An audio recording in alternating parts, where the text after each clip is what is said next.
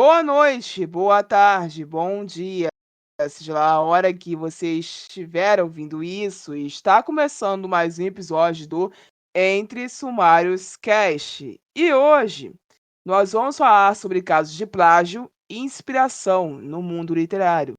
Agora roda a vinheta.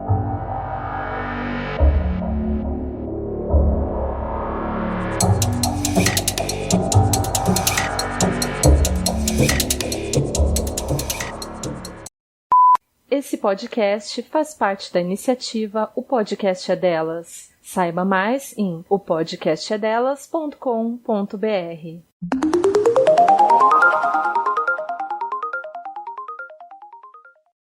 Ouvintes, sejam bem-vindos a mais um episódio. Se preparem, hoje vai ter leis, polêmicas e tristeza, né? Porque é essa a vida. Tem muito o que fazer, não. Porém, eu creio que os livros que nós vamos citar hoje não sejam recomendações para sua lista de leitura. Mas se você quiser ler também, aí é problema seu. Não tô dizendo que você não deve, não. Aí é contigo mesmo. E, primeiramente, eu vou ter que explicar para as audiências que são escritores alguns pontos da Lei de Direitos Autorais brasileira, para que eles fiquem bem informados sobre como eles são definidos dentro dessa lei, como são lidos esses problemas pelos nossos legisladores, como ocorre o crime de plágio no Brasil, segundo as leis que nós temos, qual é a pena que existe para isso, como são discutidos esses casos pela justiça daqui.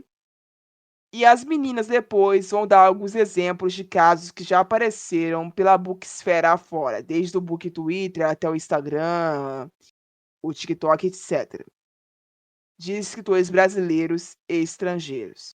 Por último, eu vou ajudar os escritores a saberem quais são as medidas que vocês podem tomar para proteger seus livros. E para os leitores, o bom de você ouvir esse episódio, mesmo não sendo artista, é você ficar prevenido para saber como denunciar se caso um autor que você gosta muito passar por esse problema e você quiser ajudá-lo depois. E também para você ficar sabendo sobre direito autoral em geral, porque essas informações aqui que eu vou dar são úteis para qualquer pessoa. Desde para quem escreve, para quem faz música, para quem ilustra, até para quem escreve texto acadêmico. Então é isso, eu espero que vocês gostem do episódio de hoje. Me perdoem porque eu vou entrar no espírito de estudantes de direito ao longo do episódio, mas eu prometo que isso é extremamente necessário e é só hoje.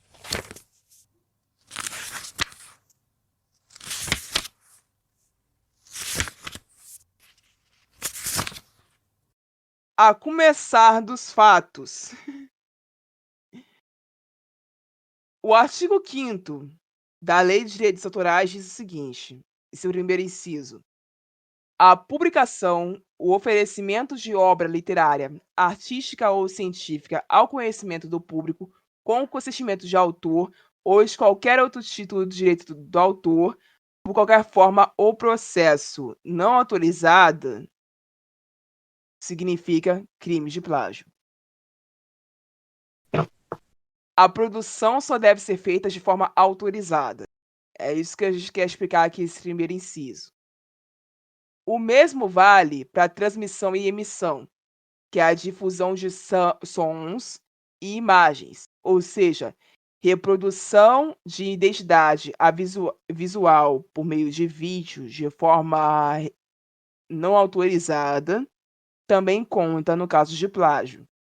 Seja essa reprodução não autorizada para fins de divulgação, ou seja essa reprodução não autorizada para fins de produção de material novo. É por isso, por causa desse segundo inciso da lei brasileira, que também existe em outros países, que vocês tomam strike do YouTube e do TikTok Quando vocês colocam cenas de filmes, cenas de videoclipe sem avisar nos vídeos. E sem ocultar de uma forma que explique o porquê que você está utilizando aquela imagem. É por isso que vocês tomam strike, é por isso que o som é removido, é por isso que a imagem é removida, é por isso que o youtuber pede trabalho de monetização, porque a lei entende que quando essa transmissão ou emissão é feita de forma não autorizada, significa crime de plágio. Inciso 3, que também é vedado pelo artigo 5º. A retransmissão, que é a emissão simultânea da transmissão de empresa por uma outra, ou seja, que é basicamente pirataria. Esse inciso 3, né, Yasmin? Praticamente. Praticamente pirataria. A distribuição não autorizada, que basicamente fala mais sobre obras literárias físicas ou conteúdos físicos. Então aqui é a forma onde vocês vão se tentar para venda não autorizada de livro físico. O caso do Pedro Ruas, por exemplo, com a editora seguinte, que teve a venda da pré-venda do livro dele, O Mar Me Levou a Você, por uma loja que não estava autorizada a vender, momentos antes do lançamento oficial do livro e da entrega oficial do livro para a editora, feita uma impressão não autorizada. Mesma coisa vai para reprodução, que é o inciso 6. Pior que eu acho, só uma ratificação aqui, eu acho que reprodução que seria pirataria, Rai. Agora vendo aqui, ó. Transmissão ou emissão é a cópia de vários exemplares de uma obra literária, artística ou científica de um fonograma, de qualquer forma tangível, incluindo qualquer armazenamento permanente ou temporário por meios eletrônicos ou qualquer outro meio de fixação que venha a ser desenvolvido. Sim, reprodução não autorizada seria pirataria também, mas pirataria de algo de questão, eu acho que entra em retransmissão porque seria como se eu estivesse transmitindo um streaming da Netflix, por exemplo, vou usar a Netflix, por exemplo, para transmitir em um serviço não autorizado, tipo uma live. Sim, aí vem uma questão de que a gente está pegando dois tipos diferentes de pirataria. A reprodução Exato. é a pirataria no sentido físico, por exemplo, na época do DVD, que é aquela senhorinha de beira de feira, que ia com aqueles DVDzinho virgem, que gravava aquelas gravações, Sim, sim. né, que acabava com o DVD. A reprodução em pendrives, a Reprodução reprodução. pendrive, essas coisas assim. E a transmissão é a de live, ou então que agora a gente teria, tipo, aquele. Esqueci como é que é o nome daquele tipo de serviço que vende pela internet agora, que é meio que você vendia contas da Netflix, sabe? Que, tipo, são pessoas que meio que vendem a conta e você paga meio que um valor abaixo para outras pessoas para poder dividir, sabe? Eu não sabia que tinha isso, mas Caraca, eu também não sabia que tinha isso. eu só soube depois que a Netflix tirou esse negócio de compartilhamento. Mas eu descobri Uau. isso há pouco tempo. Mas Meu realmente tem. Deus, cara. Seria como que você paga por uma assinatura para liberar os canais? Também.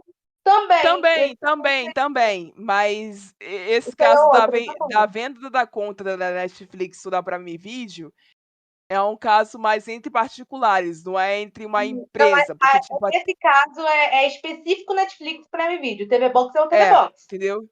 TV Box é TV Box. A TV Box meio que rouba da Sky, tá ligado? Sim, é um negócio mais específico. E é uma empresa inteira investida É a nisso. gatunete da gatunete, sabe? Entendeu? É uma empresa inteira investida nisso. E a TV Box é ainda mais grave, porque ela, às vezes, não é sempre, está alinhada à reprodução da gatunete vinda por milicianos. Aqui no Rio de Janeiro, pelo menos, é assim que funciona. Então, então tem Aí todo é esse foda. problema aí. Aí é foda. Tem, Mas eu não entra nisso. A gente tem também o streaming, que também tem isso. Sim. Mas E tem voltando também. para os livros, A gente está indo muito longe, enfim. Pode, que a pode gente foi seguir. muito longe, Sim, pode seguir. é nisso que dá a gente começar a discutir ler nesse podcast.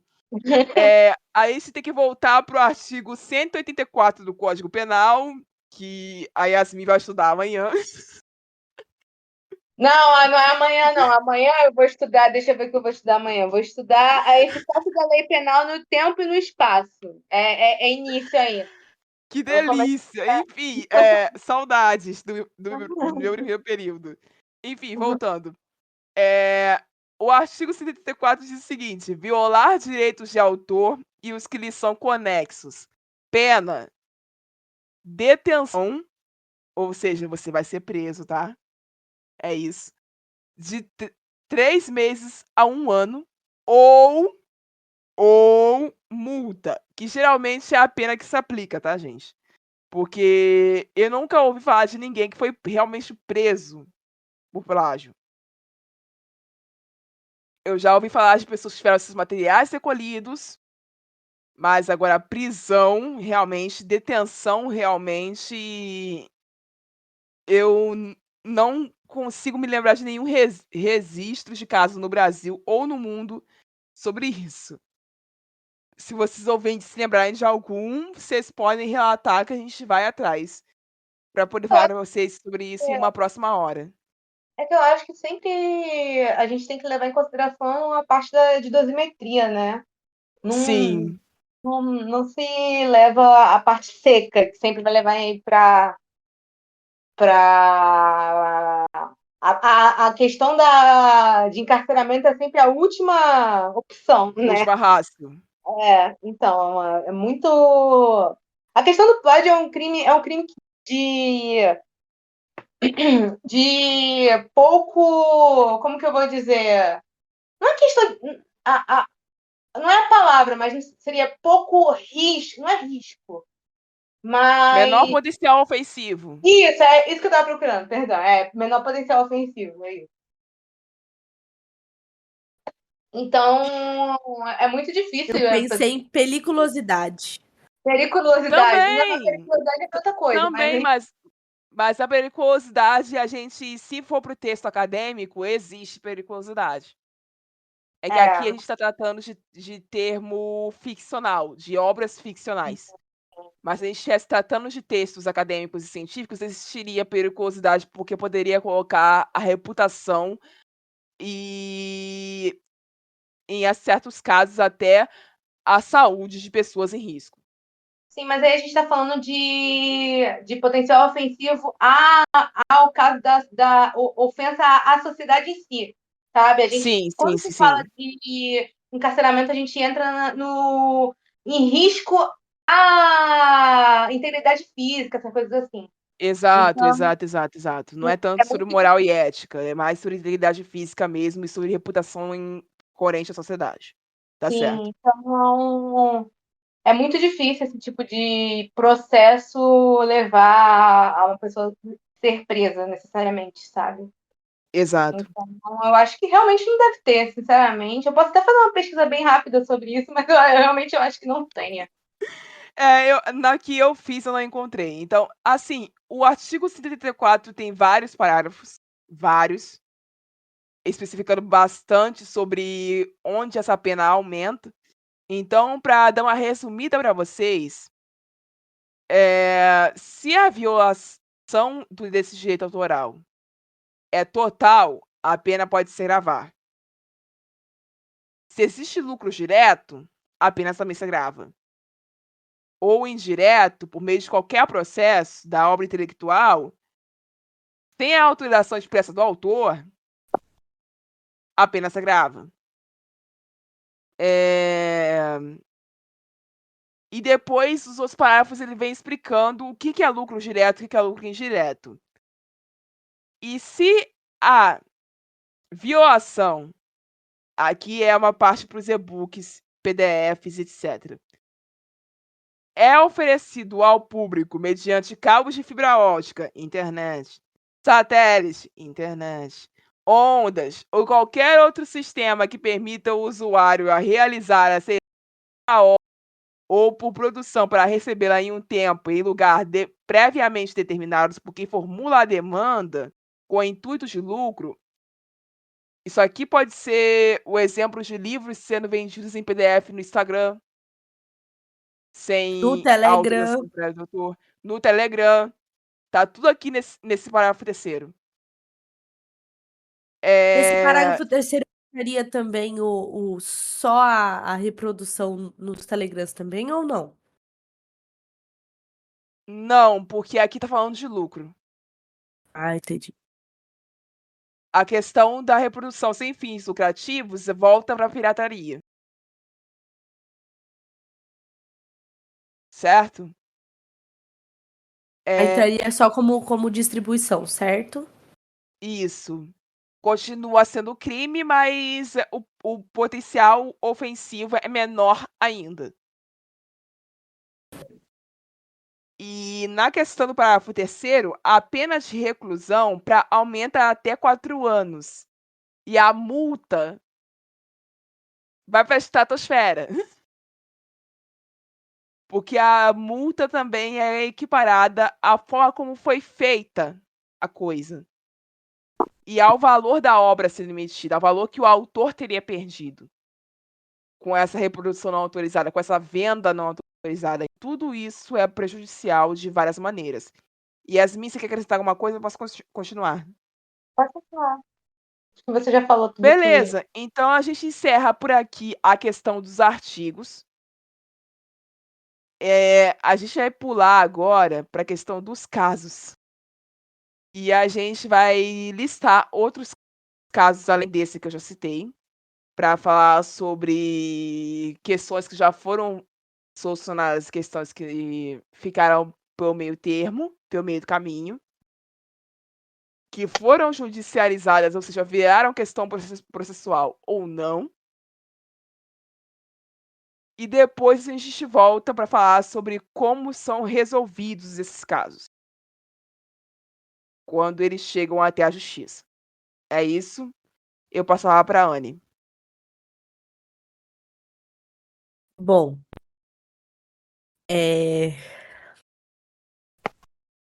mal da sinusite, então vocês vão perdoar a minha voz e as minhas excessivas fungadas diante de todos os casos. Falando de um aqui que foi nessa questão de plágio. Aliás, eu acho que na época ali, né, anos 2000 e alguma coisinha, né, até antes de 2010, teve muitos autores internacionais que foram, né, até a própria Cassandra Clare, que é pós isso, também foi acusada de plágio por um livro de 1900 e bolinha. E, nossa, mas você faz reprodução total parcial do livro, citando que existe algumas frases que estão idênticas e tananã, e é isso. Eu sei que existe um autor, né, que é o Jordan Scott, que é Nocturne, é uma série ou é um livro único, mas ele entrou com um processo com a Stephenie Meyer, autora de Crepúsculo, dizendo que ela tinha reproduzido frases e até passagens no ler idênticas ao livro dele. E, enfim, existe também outros boatos, como similaridade com o Diário de um Vampiro, mas, enfim, isso... A questão é que o Jordan Scott realmente entrou com um processo contra a Stephenie Meyer, alegando que tinha acontecido plágio da obra dele, né?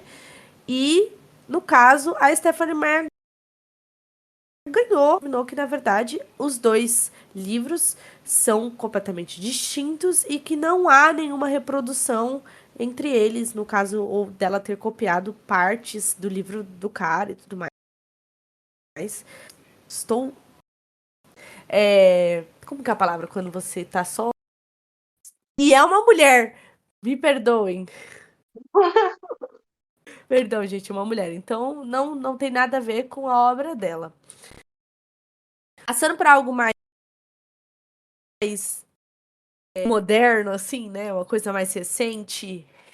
E literalmente recente, né? Porque quando a gente estava debatendo para realizar esse episódio, a Rayane perguntou se a gente conhecia, né? Que a gente não citou aqui.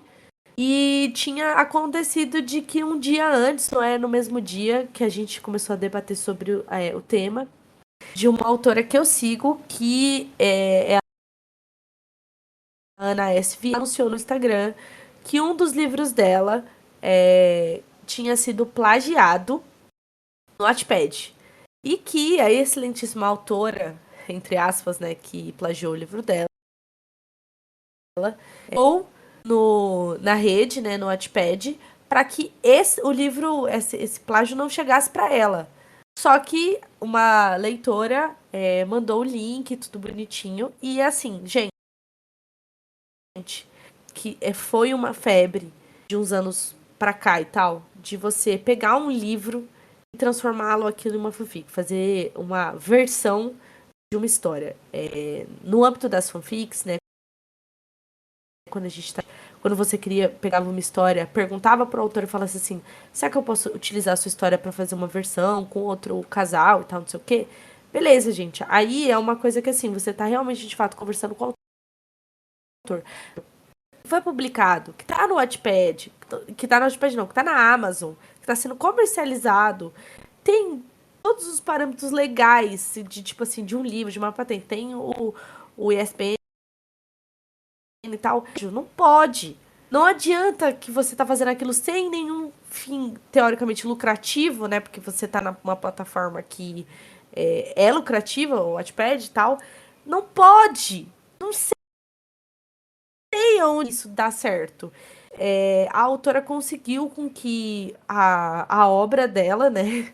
Só que numa versão de The Untamed, né? De Modal Zushi, fosse excluída e o perfil da foi devidamente derrubado pelas próprias leitoras da Ana, né? Mas que ela estava realmente bem chateada com o que aconteceu. Então, pelo amor de Deus, gente, se você for fazer uma fanfic, não copie um livro, isso é plágio, tá bom? Eu vou deixar a Yasmin completar. Ok. Eu vou escolher um caso que foi bem famosinho no BookTwitter. Eu não vou entrar muito em detalhes, até porque nada aconteceu feijoada, mas vocês lembram do Mark Miller, gente? Que foi o autor de Garotos. Garotos alguma coisa, enfim. Aconteceu de ter explodido um exposer. Pra falar o nome completo do livro, porque a Yasmin esqueceu, Garotos Mortos Não Contam Segredos. Eu sabia que era Eu Garotos achei que era Mortos. esse, mas eu acho que eu não sei se é verdade. Não quero passar Mas desinformação. enfim. Eu ia falar que era Garotos Mortos alguma coisa, mas eu esqueci o resto, mas enfim. Mas Eu só lembrava o livro. é um ótimo título, então palmas Não, pra ele por não, esse sim, título. e esse não era o livro, esse não era o livro. Eu sabia o livro que aconteceu o plágio, mas eu não sabia o nome do livro que ele ficou famoso. Enfim, o ponto vazou explodiu no BookTwitter há muito tempo atrás, há muito tempo atrás não, né? Foi 2023, ano passado. Em novembro de 2023, que saiu muitas semelhanças entre Dangerous e um manhwa chamado Entusiasmo, que saiu, as pessoas repararam em muitas semelhanças entre falas, cenas desse manhwa e o ato 1 e 2 desse livro. E então, assim, foram pontuadas vários prints de cenas, enfim, que já foram apagados, obviamente, e teve um pronunciamento do autor e esse ato 1 e 2 foram apagados. Então, assim, não sei o que deu em relação a isso, além da nota do autor, sabe? Porque aparentemente o autor do manhwa original não ficou sabendo disso, aparentemente, porque Depois o próprio Mark Miller apagou essa nota, então não sei o que aconteceu. Eu pesquisei depois e não tem mais nada. Inclusive, foi muito levantado como um boato de outra autora que não tinha nada a ver com o assunto, possivelmente ter cometido plágio, o que não era verdade, ou aparentemente não era verdade, estava tendo mais relevância do que um plágio, entre aspas, real. Eu falo entre aspas porque não aconteceu nada, estava tendo mais relevância do que esse. Então, assim, nada aconteceu feijoada. Então, assim, eu só estou levantando aqui, sabe? E é isso. Isso aí foi um caso real e eu estou dizendo, né, gente? Não copiem manhwas também, gente. Sejam um pouco mais criativos, já verdade. Tá. E não foi só com entusiasmo. Não, não foi. Foi também. Qual Foi foi? com Under the Green Light. E essa questão de Under the Green Lights foi um pouco pior que, além de cenas, foi um tracing também de. Inclusive, eu peço para um espaço para poder explicar que tracing é um termo que a gente da comunidade artística usa, que é quando nós artistas usamos, alguns artistas utilizam, traçamos artes de outros artistas por cima. Como, por exemplo, a gente bota uma folha por cima. Não é assim, obviamente, na arte digital. Mas, por exemplo, quando você bota uma arte e bota um papel por cima para poder traçar e desenhar e falar que esse desenho é seu.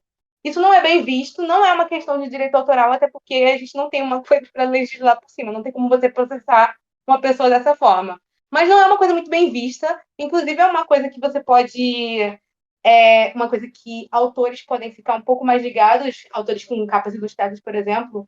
É um pouco difícil você se ligar nisso, mas é uma coisa que seria bom, porque não é muito legal você ter a sua capa, você pega, você, tipo, por exemplo, pagar uns R$ 300 numa capa e a sua capa depois ser descoberta que foi tracing, sabe? Não é muito legal. Mas Amiga, tem um caso, não tem? Do Adam Silveira? Que a capa não, dele é um Tracy? não foi o Adam Silveira que a capa dele é um trailer. Não, não foi essa questão. Foi que um dos personagens do Adam Silveira foi.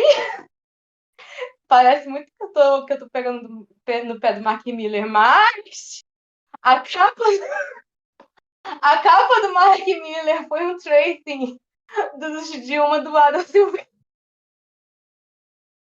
Foi meio que o contrário, sabe? É?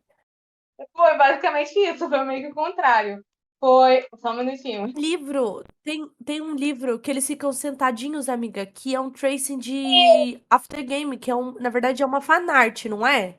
Sim, sim, isso. Que o. Que é uma fanart de After Game. Minto, desculpa. É porque teve duas questões. Essa do Mark Miller e essa do Adam Silveira, que realmente foi uma fanart de After Game, que a capa do livro do Adam Silveira é traçada dessa fanart e descobriram isso. Tanto que o. Eu não lembro se o autor se pronunciou, eu acho que ele não se pronunciou, mas estava bem na cara de que, apesar da capa ter uma qualidade, entre aspas, maior, né? Porque o capista, querendo ou não, ele, quando você está há muito tempo na área, o teu traço é bem mais profissional, obviamente, mas quando descobriram isso, ficou bastante tempo falando sobre isso. Mas esse caso ficou bem famoso, E eu acho que é falado até hoje, eu acho. Só um minutinho que eu vou ver sobre isso. Bom. Mas o do Mark Miller também foi uma coisa parecida? Eu não Foi uma lembro questão. disso. Não, foi dos personagens dele. E ele não era do Adam Silveira, era de Off the Game. Que os personagens dele, eles eram meio que cópias dos personagens de Off the Game. Mas isso não chegava a ser tracing, isso era mais no sentido de caracterização de personagem, sabe? Mas isso, se você for levar em consideração, acho que todos os personagens de fantasia chegam um momento que todos são cópias um do outro. Mas isso Não, aí isso a gente pode Aí chegar a já é perguntar inspiração, né? sobre isso sim. inspiração, sobre ectse, que é quando personagens são exportados para outros livros com características conservadas, porém muda-se a base onde está sendo explorado. Então, assim, são muitas coisas que podem ser levadas em conta nessa questão de quando existem reproduções de questões muito similares, quando o assunto é um gênero tão amplo quanto fantasia, onde boa parte do público considera que tudo que podia ser feito em cima desse gênero já foi feito.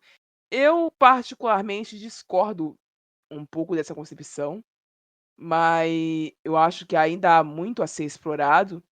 Basta que nós comecemos a procurar por escritores não brancos, por exemplo, e o que eles escrevem a partir da fantasia se diferencia bastante, se distancia às vezes bastante do que a gente está acostumado a verificar, mas isso é assunto para outro episódio, talvez.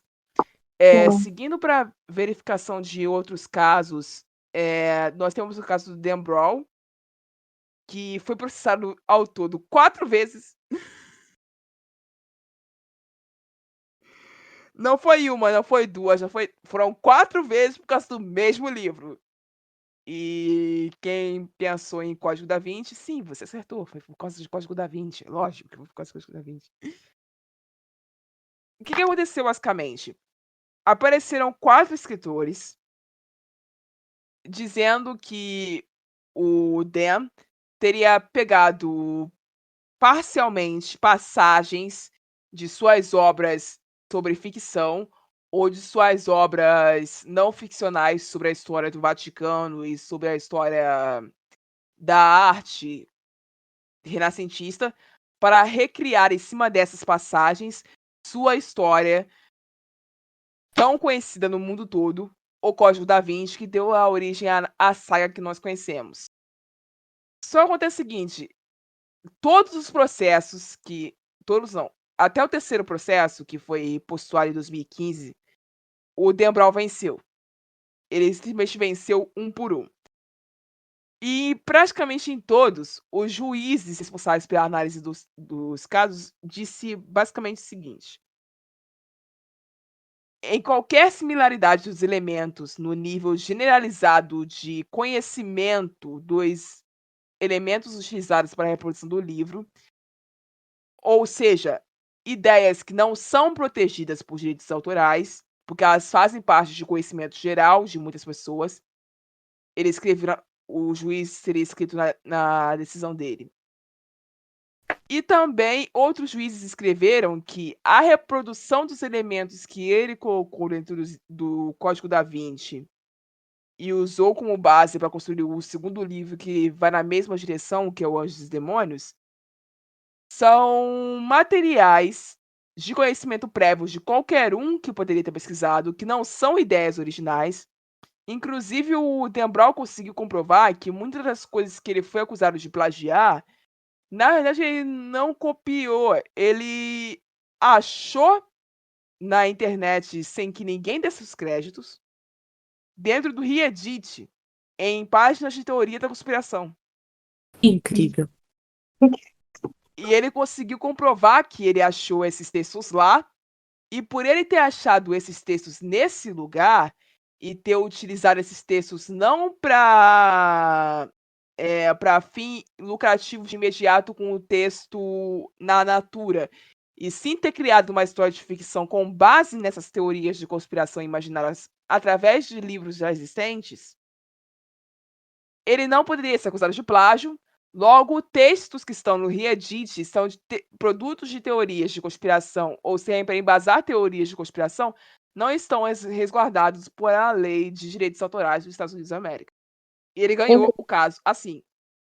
Ainda existe um caso de uma ação judicial contra ele desde 2017, que também já está sendo considerado como vencido, mas esse escritor, esse quarto escritor, está insistindo em carregar o caso até a Suprema Corte do Estado onde o Dan Brown está sendo processado, que dessa vez é na Virgínia. Não sabemos ainda, até a hora que eu consegui achar essa pesquisa, se houve alguma decisão do caso, porque até onde eu sei, nem marcar a ouvidoria, a Suprema Corte Estadual marcou. Segundo caso, esse também é antigo. Fala, Yasmin. Entra um questionamento, tipo assim, se você entra num processo de direitos autorais por uma teoria da conspiração, você não automaticamente está assumindo aquilo como ficção? Como um trabalho de ficção? Cara, Não fica um questionamento meio filosófico sobre isso? fica. Ainda mais porque a reclamação do escritor em questão foi mais de ele ter utilizado a mesma base que o conspirador usou, porque o livro de estudos sobre a história do Vaticano que foi usado para criar a tal da teoria, existe, o livro tá lá, e o livro tem autor vivo, então por isso o autor desse livro, Sr. Vaticano, resolveu processar o cara. Mas ele, ao Sim. invés de processar o conspirador, ele processou o Dan Brown porque ele tá ganhando dinheiro. Ah, obviamente. E ficou milionário com a com a obra, entendeu? O Sim. conspirador não ganhou nenhum lucro, o Dan Brown ganhou. Então eu acho que é por causa do lucro em si que esse processo Ah, veio à tona. Mas você tem razão, é uma discussão filosófica interessante a ser debatida. Não deixa de ser. Outro caso que é antigo também é a questão da J.K. Rowling. Eu não sei se vocês lembram dessa história, mas a escritora N.K. Stolfer afirmou que a J.K. Rowling violou os direitos autorais dos livros dela por causa do título das obras. Porque o Harry Potter seria uma reprodução autorizada de Larry Potter.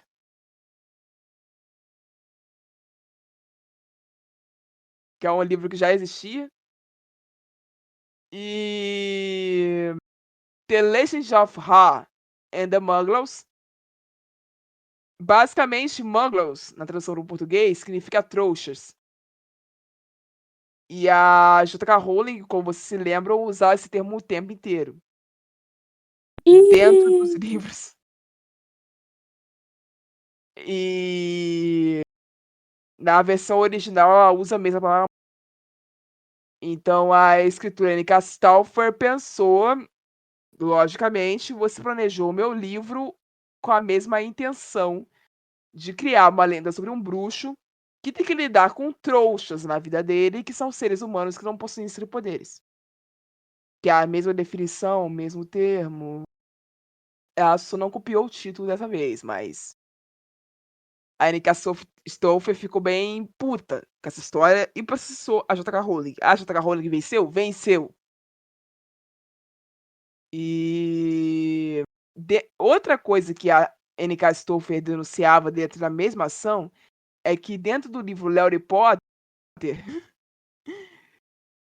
a descrição do personagem é um garoto de cabelos negros que usa óculos e ajuda seres de outro mundo. Coincidência? Acho que não. Talvez. Talvez. É só um meme, tá, gente? Calma aí. De novo sobre a J.K. Rowling, para eu encerrar minha fala sobre ela, pra gente ir pro próximo bloco. Existiu um rumor, que eu não sei que fim levou essa história, que ela teria plagiado Neil Gaiman. Aí são assim, Neil Gaiman? É, o Neil Gaiman, o autor de God Omnes, o autor de Deuses Americanos, o cara que escreveu Autor de Mitologia Nórdica. Coraline. O autor de Coraline, sim, o autor de Coraline. Esse Neil Gaiman. Porque o Neil Gaiman tem uma série de livros que fala sobre um garoto que é um bruxo. É uma série bastante antiga. E esse bendito desse garoto vivia grandes aventuras com o animalzinho de estimação dele, que era uma coruja. E eu vou deixar isso daí pra vocês pensarem na vida. Porque esse rumor se espalhou muito rápido na internet e milhares de pessoas falaram sobre essa suspeita de que a J.K. Rowling teria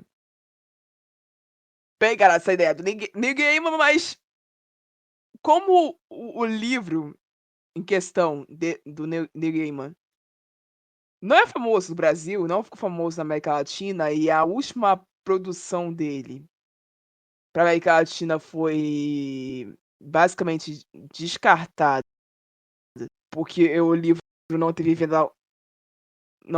grande protagonismo, porque ele foi lançado, se não me engano, na última reprodução, mesma época de Harry Potter. Incrível.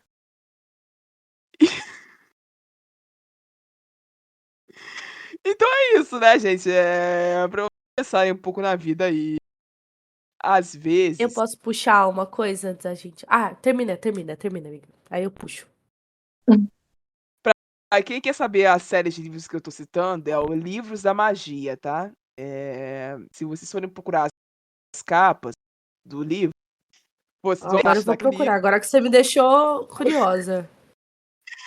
Livros da vocês vão ver uma Magia? leve semelhança. É Livros da Magia. Uma leve semelhança entre a capa do livro 2 e a capa de Harry Potter e o Cálice de Fogo. Puta que pariu, é verdade. Então, assim. Não querendo dizer que aconteceu, mas existem muitos fãs de Neil Gaiman que acreditam que sim. Olha, dá pra passar um pano, não vou mentir, não. Dá pra acreditar Entendeu? que sim. É isso que queria dizer da J.K. Rowling hoje. Vocês fiquem com essa conclusão aí pra vocês. Eu vou passar no próximo bloco. Deixa eu puxar antes, peraí. Falando de rumores, pra gente finalizar isso aqui pro próximo bloco mesmo, eu vou citar um negócio aqui, mas que eu vou citar só a autora principal, porque a gente ainda tá nisso de tipo, é inspiração ou foi pseudoplágio? Porque também estamos à base de rumores. Não foi muito pra frente. A Já Silva, inclusive um beijo a ela, porque eu amo os livros dela, é uma autora de romance erótico hot, conhecida por Sangue Real e tudo mais. E, assim, ela tem uma trilogia chamada Homens no Poder.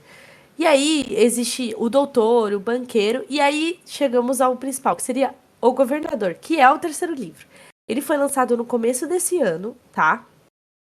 E o foco dele, como já diz o nome, é realmente na política americana e tal. O principal que tá concorrendo à presidência. A presidência não, perdão, desculpa. A governador, para ser governador. Só que, recentemente, saiu uma outra trilogia de 3 autores, tá? Não vou citar o nome deles aqui.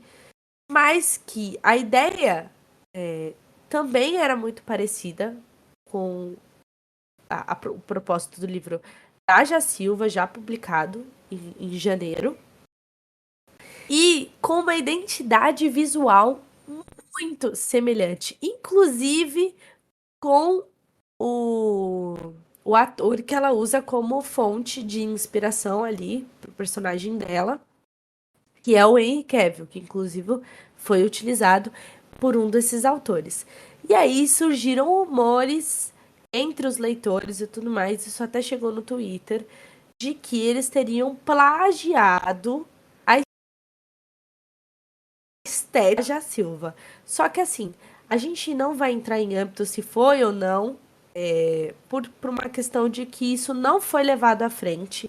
Os livros citados da Já Silva já e os outros 3 foram lançados, inclusive essa semana, tá? Então, assim, não foi pra frente tudo isso. Se realmente foi plágio ou não, ficou ali só no âmbito dos rumores. Mas fica aí nesse negócio se realmente é plágio, se é inspiração. Aqui é uma suposição, e é isso.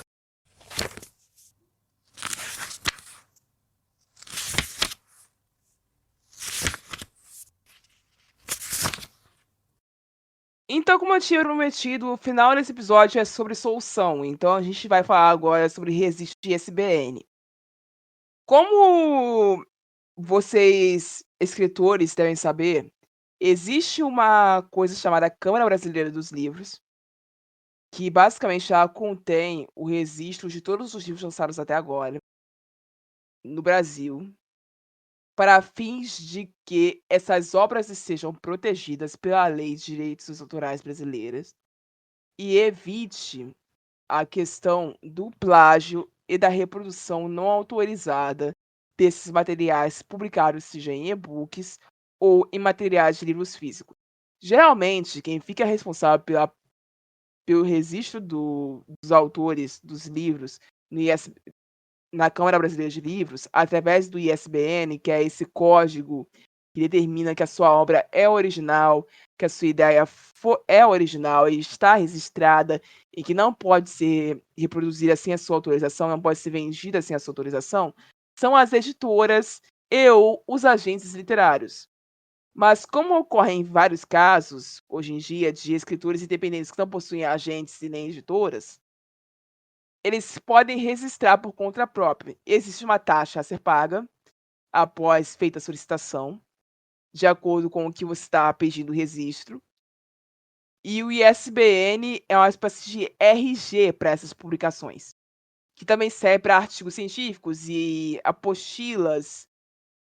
E é muito fácil você achar um produto através de digitar apenas esse código num buscador como o Google, por exemplo, ou em bibliotecas ou em sistemas gerais de catalogação. Então, o que eu recomendo é que os escritores continuem registrando seus livros à Câmara Brasileira de Livros, para que suas obras sejam resguardadas. Sobre identidade visual de capa, artes de cena específica, identidade visual de uso para o Instagram para meio de divulgação, etc. Isso tá mais com cara de patenteamento, que aí é outra história.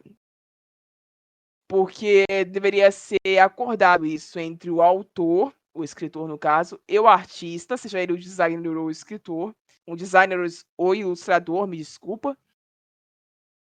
E teria que ser resolvido sobre quem realmente tem direito de patentear, ou se os dois têm direito sobre o uso de patente dessas obras artísticas, plasticamente falando.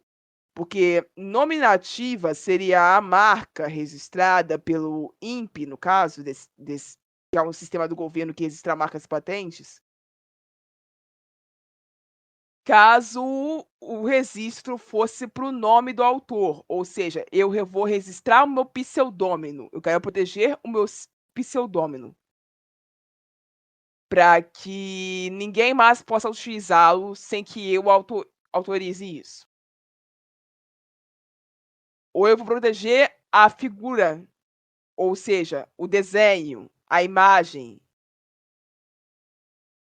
Se eu quero proteger a figura, o desenho ou a imagem, eu teria que ter uma marca figurativa a ser registradas.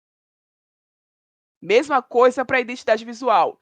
Essa patente pode ser de forma mista para as duas coisas, Rai? Pode. E ela também pode ser tridimensional, que é a marca de um produto que tem vários tipos de utilização e pode ser registrada para objetivos vários. O mais importante é que algum registro exista, porque sem que exista o registro primeiro, seja ele por ISBN, ou por marca ou patente, não tem como o escritor querer denunciar que ele foi plagiado. Porque para a justiça não vale apenas a alegação de que você tinha um livro publicado na Amazon. Tá? A nossa legislação não chega nesse ponto. É necessário que haja um registro a mais, um registro que possa ser confiável para eles verificarem. E ainda mais com esse falar de direitos autorais, é muito por questão de convencimento de que seu material foi mesmo plagiado. É muito por questão de convencimento do juiz mesmo. E é imprescindível que o ofendido reclame e apresente provas para que esse caso isso vá para frente. Senão ele vai ser arquivado. Quando se trata de materiais físicos, como eu citei lá em cima, os livros serão recolhidos, serão apreendidos e recolhidos e destruídos, para que não haja mais a venda e reprodução não autorizada desse material. Tá, gente? É esse o resultado que acontece quando existem produtos físicos. Agora, produtos eletrônicos, reproduzidos por PDF ou por outros tipos de arquivo, sem a autorização prévia dos autores, fica mais para critérios de multa mesmo, porque o recolhimento e destruição deles já não é tão possível assim. O que seria possível seria deletar o grupo, desativar a conta dos responsáveis, mas para que isso acontecesse, eles teriam que contar com a ajuda dos administradores das redes sociais em questão. No caso aqui, eu estou apontando aqui do Telegram e do Instagram, para desativarem essas contas, depois de muitas denúncias. E como vocês mesmos sabem, o Telegram não possui representantes no Brasil. Não possui sede de representantes do Brasil. E por isso, a justiça não consegue avançar com quase nada que exista de crimes sendo cometidos naquela rede. Mesma coisa acontece para o Twitter.